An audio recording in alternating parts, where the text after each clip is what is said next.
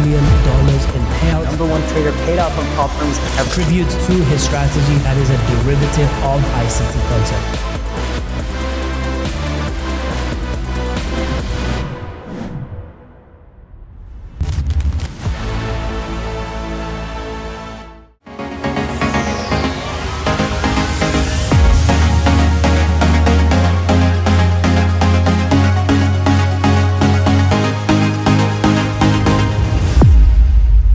네, 안녕하세요 여러분. 여기 또 엄청난 분을 모시게 됐습니다. 이 지금 이벤트에 진짜 $2 million 출금, 30억 이상 출금하신 분이 딱 2명 왔었죠. 여기 제이드캡님이랑 케인님 왔는데 제이드캡님도 인터뷰를 하게 되었습니다. So JadeCap, can you please introduce yourself? How's it going, everybody? My name's Kyle, otherwise known as JCap. So you were in a construction business and you transitioned into trader. Yeah. So could you elaborate on that, please? Yeah, so I used to do high-end residential construction. Before that, I didn't really know what I wanted to do in school. I ended up in accounting. Somehow that led me into construction because my good friend was able to get me a job. The job market was pretty hard to get into, and I didn't really have a good resume per se. So my friend helped me get a job in construction, and then I ended up working my way into an estimator. So essentially I would get a set of plans and I would budget out a full custom build for multi-million-dollar homes. So when did you get into trading? I got into trading in 2011. So this was really before I went back to college. So I had dropped out of college, I came back home, and a really good friend of mine that lived down the street actually invited me over to his place and showed me the markets, which piqued my interest, and I ended up going back to school to try and get into finance. So when did you quit your main job to become a full-time trader? So I had been working 8 years in the construction industry. I had always been trading on the side, so I would always get caught at my desk trading, and it was something that I was very passionate about, and I was trying to do it on the side while I was still working. But I couldn't leave my job because it was a good paying job, and it had a decent career ladder.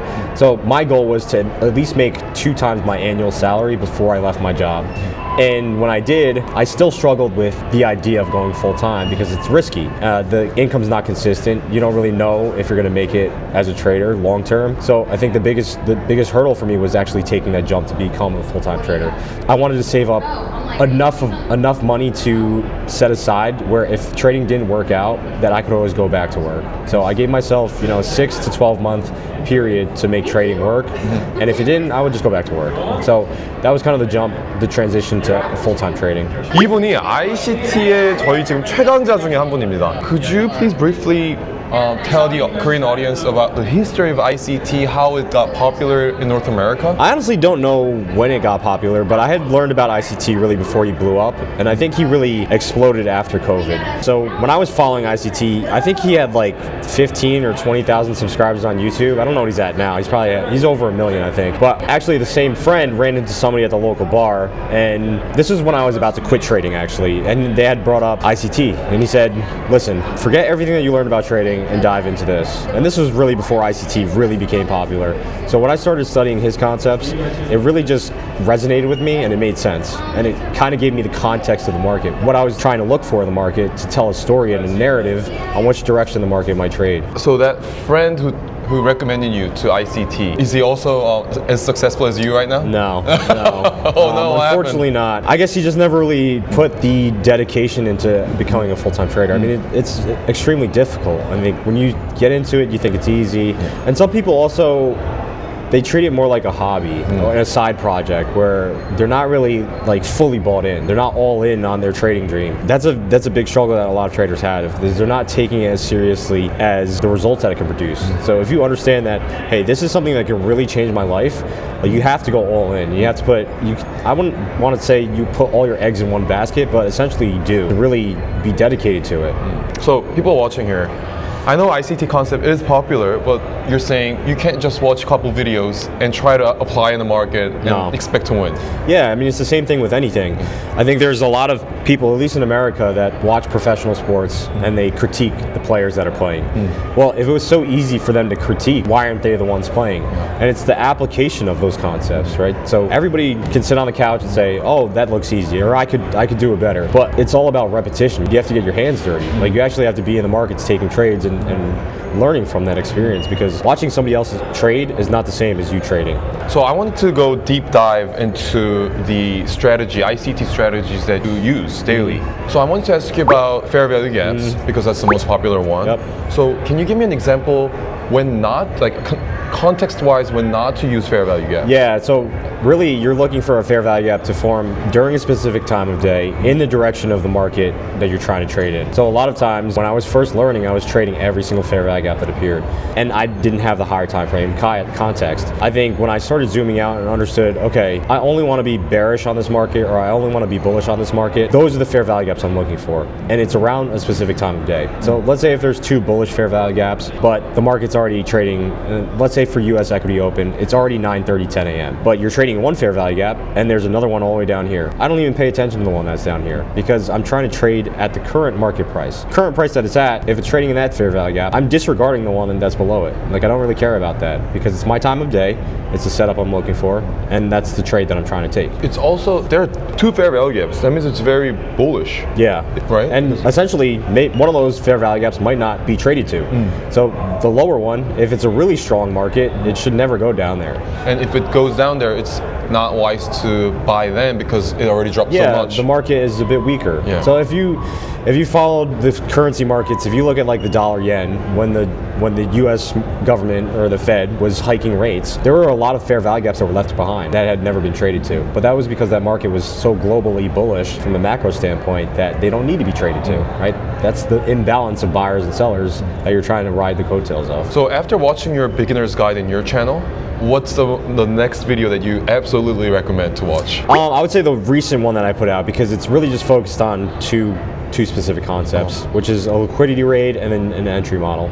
And honestly, if you understand a proper liquidity rate, waiting for a closure back above or below a range before looking for an entry model, essentially every single entry model that you study should technically work because the market will trade higher. So that's the video that I would recommend. 네, 방금 제이드캡이 말한 리퀴디티 수입이랑 진입 모델 영상 한번 빠르게 보고 가겠습니다. 우선 자기는 그 미장 매매하기 전에 키 레벨의 하이와 로우를 표시한다는 거예요. 그래서 우선 키 레벨이 아시아장이 있고, 이건 한국 시간으로 아침 9시부터 오후 1시죠. 그 다음에 유럽장이 있고, 이건 한국 시간으로부터 오후 3시부터 오후 6시까지고, 그 다음에 전날에 하이와 로우 이것도 표시를 해두고, 그 다음에 이 세 개 세션에 하이와 로우를 다 표시한다는 거예요. 네, 그 다음에 이 세션은 우리가 매매하는 시간이죠. 미장이죠. 한국 시간으로 밤 9시부터 새벽 1시까지. 사실상 미장은 10시 반인데 이제 뉴욕 세션은 9시부터 본다고 합니다. 자기가 그 세션들, 세 가지 세션의 고점과 저점 마킹을 하고, 이제 이거는 진입 모델인데, 네, 그래서 예를 들어 이 저점이 자기가 말한 그 세 세션 중에 한 저점이라고 쳐보면, 우선 1시간 봉이에요. 이거는 1시간 봉으로 얘가 깬 거를 확인을 하고 바로 롱을 들어가는 게 아니라 이 1시간 봉이 다시 나와야 된다고 하는 거예요. 이 완성봉이 1시간에. 그래야 여기서 매수 진입 확정 요건이 충족된다 이거죠. 손절은 이렇게 두고, 반대로 숏을 들어간다면, 그리고 여기가 의미 있던 고점이었다면 요게 깼죠. 1시간 봉에서. 그 다음에 다시 내려와서 이게 완성봉이 될 때까지 이 밑으로, 그리고 이런 부분에서 숏으로 들어가는 거죠. 그래서 이제 예시를 보여주는데, 그래서 미리 제이드캡은 미장 세션 전에 그 의미 있는 세 가지 세션의 고점과 저점을 마킹을 해두었죠. 뭐 이거는 아시아장의 고점이 될 수도 있고, 이건 유럽장의 고점이 될 수도 있고, 여기 뭐 아시아장의 저점이 될 수도 있고, 그 다음에 근데 지금 미장 때 여기가 브레이크 됐죠. 그 다음에 다시 들어온 것까지 1시간 봉에서 컨퍼메이션이 필요하다고 했죠. 여기 1시간 봉 쓰고 있죠. 네, 1시간 봉이 그래서 컨펌 된 걸 보고 이제 5분 차트로 들어간다 이거예요. 네, 그래서 아까 1시간 봉에서 리퀴디티 수입이 있었고, 그 다음에 안으로 다시 들어와서 완성봉을 했잖아요. 그 다음에, 그러니까 이 모델은, 그러니까 이거는 지금 이제 숏으로 노리는 모델이죠. 저점을 깨고 올라와서 완성봉 한 거니까. 그래서 이제 5분 차트로 들어왔을 때 5분 차트 안에서 이 fair value gap을 우선 찾아본다 이거예요. 근데 여기가 fair value gap이 있었죠. 여기가 FVG. 그리고 여기로 들어왔을 때 제가 봤을 때 이렇게 숏으로 가는 걸 노리는 것 같아요. 한번 볼까요? 숏을 여기서 노리고 손절을 이 위로 두고 이절 구간을 크게 본다는 거네요. 여기도 합리적인 숏 자리라고 하고 손절 이렇게 납두고 fair value gap이 여기 생겼으니까 또. 네, 두 번째 예시인데요. 이제 미리 의미 있는 세션 하이와 로우를 마킹을 해놨죠. 그래서 지금 말하는 게 맥락이 지금 큰 틀에서 매도니까 이제 매도 방향으로 리퀴리티 레이드를 기다리는 거죠. 그러면 네, 이 고점을 때리고 1시간 봉에서 내려와서 완성봉을 기다리는 거죠. 그러니까 자기는 5분 봉으로 절대 안 내려간대요. 이 1시간 봉의 완성봉이 나올 때까지는. 이 완성봉이 나오고 나서 이제 5분 차트에서 타점을 잡는다 이거죠. 네, 여기서 지금 이 고점 레이드 했죠. 그 다음에 1시간 봉에서 완성봉 만들어주고 있네요. 네, 이제 5분 차트로 내려갔어요. 네, 그래서 여기 5분 차트에 FVG, Fair Value Gap 나왔고, 그러니까 여기를 치고 5분 완성봉을 기다리는 것 같아요. 그러니까 5분 완성봉이 여기서 됐으니까 여기서 이제 진입을 하고 숏을 가는 거죠. 네, 손절 위로 두고 여기가 진입, 익절 2대1 이상으로 노린다고 하네요. 네, 그래서 이제 제이드캡이 이거를 백테스팅을 한번 해보래요. 그리고 제일 중요한 거는 실시간에 이런 매매 진입을 했다면 그 매매를 운영하는 법에 대해서 매니지먼트가 더 중요하다 이거죠. 여기까지가 이제 제이드캡이 추천하는 그 엔트리 모델과 유동성 수입에 대해서 얘기를 해준 거고, 이 영상들은 제가 화면에 이렇게 띄워둘 테니까 나중에 보고 싶은 분들은 제이드캡 채널 가서 보시면 됩니다. 네, 그럼 인터뷰 다시 이어나가 보도록 하겠습니다. Is that the range of, like you said, you break the range? Are you saying the range of Europe high or? No, so what I do is I look for swing points. So if I'm bullish, I want to see an old swing low be taken out. But where I used to mess up was I would go long as soon as the swing low would be taken out, and it would continue pressing lower, and then it would turn around and then go in my direction.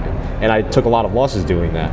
So now what I do as a filter to be a little bit more patient is I wait for the swing low to be broken, and then I wait for a closure back above the low. That confirms that the market is reversing on a lower time frame, and it confirms that, hey, the bears are not in control anymore, the bulls are fighting back, and that trend should continue higher. And that's when I go into the lower time frame and try and find an entry model. Whatever entry model you use, essentially, you could use anything. If the market's going to trade higher, it's going to trade higher. I wanted to get into your $2 million payout. Was that consistent, added up to $2 million, or did you have like a very, very good year? 영상 잘 보고 계신가요? 잠깐 쉬고 가자면 요즘 전 세계 트레이더들 사이에서 프랍 트레이딩이 엄청난 트렌드가 되고 있습니다. 인터뷰하고 있는 이 분도 그리고 저 역시 프랍 트레이딩으로 매매를 하고 있습니다. 왜일까요? 내 돈으로 트레이딩하는 건 매우 리스크가 크기 때문이죠. 한 번의 실수로 저희의 잔고가 다 날아갈 수 있으니까요. 프랍 트레이딩은 다릅니다. 소액의 시험 비용을 내고 트레이딩 시험을 치르는 거죠. 그러면 통과 시 큰 상금과 보상을 얻을 수 있고요. 실력이 더 검증되면은 더 큰 자본을 후원받고 매매할 수 있는 기회를 얻을 수 있습니다. 이런 프랍 트레이딩을 가장 활발하게 다루는 유일무이한 커뮤니티는 저희 그라인딩 라이프입니다. 현재 많은 사람들이 프랍 트레이딩으로 매매하고 있는 종목은 크게 두 가지로 나뉩니다. 미국 지수, 나스닥 S&P와 크립토죠, 비트코인. 실제 이런 프랍 트레이딩을 통해 꾸준히 출금하고 있는 위닝 트레이더들의 후기와 국내뿐만이 아닌 해외 글로벌 고수 트레이더들의 인터뷰와 강의가 계속 소개될 예정입니다. 관심 있으시다면 지금 보고 계신 제이트레이더 채널 좋아요, 구독 눌러주시고요. 고정 댓글에 그라인딩 라이프 네이버 카페 링크 올려두겠습니다. Yeah, so it took me 3 to 4 months to actually do that. 3 to 4 months to get $2 million? Yeah. I had 20 accounts, 150Ks.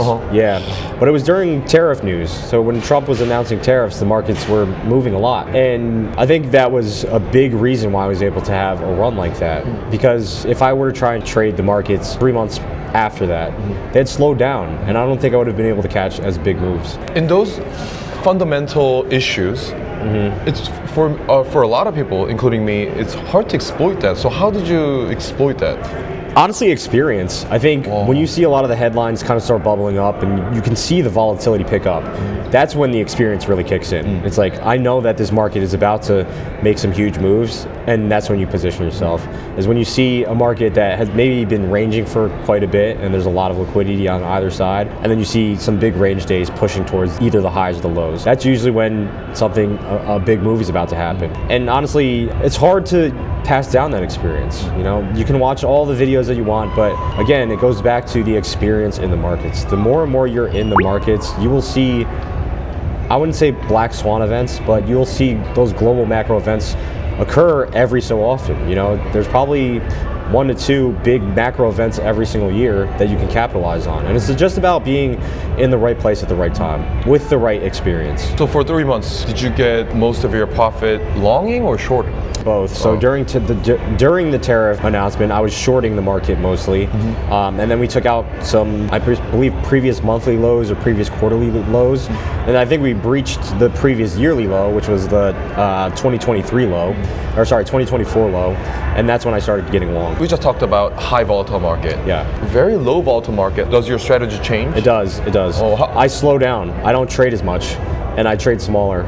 I heard you running online course, and from your online course or your strategy, I have a whiteboard. If you could draw out your best, your most reliable setup, that'd be great. Yeah, of course. The first thing that you got to understand. So, I'm going to draw out a swing low. And a swing high. So a swing low, essentially, and just pretend that these are black candles for bearish candles. A swing low is created when you get a low, a lower low, and then the third candle is a higher low. Now, all three of these candles have to be closed. So the third candle doesn't tell you that this is a swing low yet until it's closed. So let's say this is the hourly chart, this is a swing low. Now, a swing high is the opposite. Yes. Let's just say we have a candlestick here, a candlestick here, which creates a higher high, and then we have a bearish candlestick here. I didn't shade these properly. This one should be clear, but and let's just say that this is a bearish candlestick. So we have a high, a higher high, and then a lower high. So this here is our swing high. And what I'm looking for is, let's say if I'm bullish, this is where a lot of traders are going to have their stop losses. So everybody that's long is going to have their stop loss here. What I'm looking for is a raid below it, and then a closure back above. So this next candle, right? Let's say if this candle here goes and takes out the low. Well, let's say this candle takes out the low and then it closes back above the low. So if we get a closure back above the low, right, all of a sudden it's telling me, hey, there was a bunch of people that were long that got stopped out, right? And maybe smart money's positioning themselves below the lows. And now I'm looking for that run higher. And it's vice versa. If we're looking for a swing high, you want to see a swing high be taken out, a closure back below the swing high, and then you're trying to get short. Wait, so this is a new independent candle right here that Yes, could be, correct. Oh, okay. It's a new independent candle. So if we have a 3 candle swing pattern, it would be the 4th, 5th, 6th, or 7th. It could be way in the future. You're looking for that swing high to be rated and then a closure back below the high. So what I used to do was I used to go short as soon as it took out the high, and that was the turtle soup liquidity rate. Yeah. And that's how ICT teaches it. Is like you want to position yourself above the high. But my issue was I didn't know where to put my stop loss once it went above that high. So maybe I have my stop loss here. Let's say I got stopped out because it went a little higher, and then it closed back in the range. Now I'm out of the trade, and then it eventually turned around and went without me. So this is the confirmation I was looking for. Is I was waiting for this confirmation to close back below the high, and then I looked for my entry somewhere in this leg. So where's your stop loss and where's your take profit? So essentially, when you get this confirmation, your stop loss should go above the high that took out the liquidity. Yes. Right, or some lower time frame level in here. It could be a fair value gap. It might be a breaker. You might have a breaker in here, and then essentially you're trying to place a logical stop loss that makes sense, and then you're essentially trying to target some level down here. Okay. In the range. Obviously, you said you cannot use any strategy all the time. When should you not use this strategy? I would say on days that you're not really confident. So that might be from the daily analysis. If you sit down and analyze your daily chart and you don't know which direction with high probability is going to go the following day, I usually sit out. So all my analysis starts on the higher time frame. So I'll go from the daily down to maybe the 1 hour. Okay. And then I'm not going to move from the 1 hour until I see this setup, and then I drop down to the lower time frame to find this setup, the lower time frame setup. So you're saying if like for this you're going short, if you see like a daily or 4 hour chart, and you would go short here if everything's bearish? Everything is bearish. If everything is daily looks bearish, if the hour provides that setup, and then I'll drop down to the 5 minute. So if you see this in hourly, everything's bearish, you see this setup in an hour chart, why would you go down to 5 minute chart? You can just enter here. You can just enter there, but it's about the specific fill price, and it's about getting a tighter stop loss. Okay. So there may be a lower time frame level that you can have your stop loss at. Yeah, to maximize the risk reward. You in your online course you say you go more specific into this 5 minute chart, right? 여러분 제가 곧 everything let's translate everything to Korean, put it in the Korean market. There's so many ICT videos out there that we don't know what's quality material or what's not. Yeah. This guy says different thing. This guy says different thing. Yeah. Well, the thing is, I struggled with that also. Like I was stuck in the loop of education only. So I was stuck in the loop of all these educational videos. I was just watching, and not really trading. And I had to just simplify everything. So I'm not using everything that I've learned. I'm just using what's simple to me and that repeats. Okay. Which honestly, I've studied so many different technical analysis that almost everything repeats, and it's about pattern recognition. So Fibonacci levels, trend lines, they all work to some extent, and it's just about having the right context and the experience using the tools that you've decided to stick with. So you're known for spending thousands of hours backtesting. No, that's not really true. Oh, really? Okay, sorry. I don't really backtest. Oh, really? You don't have to backtest? Yeah. Well, I think backtesting has its uses, but it doesn't apply to the live market. So a backtest only has so much value to get the experience of where do I put my stop losses, where do I put my take profits. But when you get in the live market, it's a whole different animal. Okay. How do you build that up to 2 million? So you have to start out slow. I mean, obviously with Apex, you have to trade small. I started out with a couple micros, and honestly towards the end, I ended with a couple micros. So outside of a couple days where I was trading minis, it was mostly just trading micros with size. And it was more so the market conditions giving me large days than it was the size. In order to scale up and get bigger and bigger days, you have to have that buffer that allows that. So I was never getting too big too early. You know, the first month I was trading a certain size. The next month after that, it allowed me to trade maybe 1 or 2 more contracts. And then the month after that, I was able to trade another 1 or 2 more contracts. So it did take some time to build up to the point where I was hitting larger days. So I guess you didn't withdraw as soon as possible. You can't. Yeah, you can't. So with Apex, they only allow you to withdraw, I think, $2,700 per account. So by the time I hit the first payout window, I had almost $15,000 in each account. I can only withdraw $2,700 from each account. So when I withdrew it, I still had $12,500 in the balance. How did you go through that 30% consistency rule when you made that much money? I just kept trading. Trading. That's why I couldn't withdraw at 5K or what. You can withdraw, I think, at $2,600. I had to keep trading. I never looked at it like, oh, the consistency's holding me back. The thing is, you just keep trading until the consistency gets under 30%. And if you can't, then you just don't have the patience required to delay the gratification of getting a payout. Right. Because let's say if you make $20,000 on your first day, you got to make another $40,000 to get to the payout. But a lot of people, they don't have the patience or the discipline to get them there. But you have a $20,000 balance. Whether it takes you a year to do it, I wasn't really concerned because I was already financially set. I was already a full-time trader, and I had enough money saved up where I didn't care if it took me 6 months. And that's the biggest thing, is delaying that gratification and putting yourself in a financial situation where you're not pressured to take the payout. For me, the $25,000, $50,000 would have been great, but it's not like it would have changed my life. And I think that's a different perspective that maybe some traders quite aren't at yet. But let's say you're a beginner trader and you have $1,000, $2,000 that you can withdraw. Well, think about it from this perspective. Is that $1,000 to $2,000 going to really change your life and impact your life significantly? Or if you put it off for 2 months and continue trading that account with proper discipline and consistency, what does that payout look like then, right? If you can put it off for a little bit longer and a little bit longer and a little bit longer, you can trade bigger size, right? And now you're talking amounts that can really impact your life. Oh, this has been like the meme of my interview at the end. Okay. So, live or prop? It's an interesting question. So where is the trader at financially? Do they have money? Average people. Like, say they have 9-to-5 job, $60,000 a year getting paid. Okay, I would say prop. It's the leverage opportunity and the ROI that you can achieve with it is greater, but there are downsides to the rules.